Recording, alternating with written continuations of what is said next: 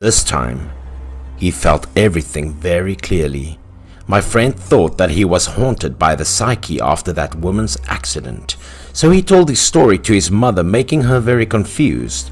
At first, he still tried to go to school, but every time he went out, he became tired, frustrated, and didn't want to meet or interact with anyone.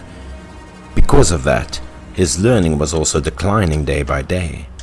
That night, he decided to tell the whole thing to his parents. He thought that he was suffering from psychological problems because he was so obsessed with the accident. After listening to him, his parents did not stop worrying and discussing how to solve his problems.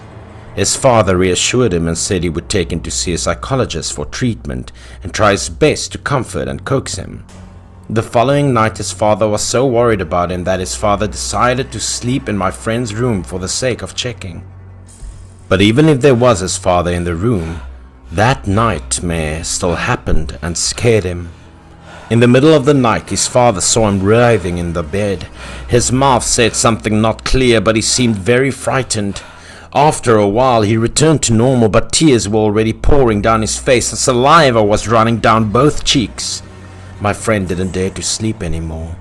He was afraid that every time he slept, that terrible nightmare would happen again. Daddy, help me! The nightmare is so scary! His father could only reassure his spirit that he could sleep for a while and be healthy to see the doctor.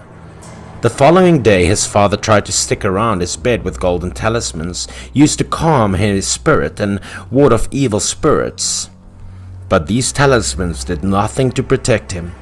That night the nightmare came back, and it was worse than ever. He seemed to have lost all of his soul. He lay stiff on the bed with his cold body, which made his father extremely worried. He finally couldn't take it anymore and went crazy, screaming all the time. His head began to appear in unpleasant pain. His health also deteriorated day by day. His mother was so worried that she cried all of her tears. She tried to do everything to help him, but in the end, she still could not relieve his condition. Meanwhile, his father went to see a psychologist for advice. His father was advised by his doctor to put a CCTV camera in his room for the doctor to monitor.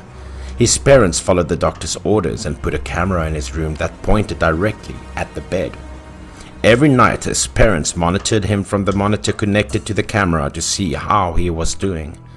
Unknowingly during that time, his parents discovered the cause that made him like a person who had lost his mind. In the middle of the night, he had another convulsion. But in the monitor, his parents not only saw him writhing in the room alone, but also another person. It was a hazy woman sitting on the bed with hands clasped around his neck.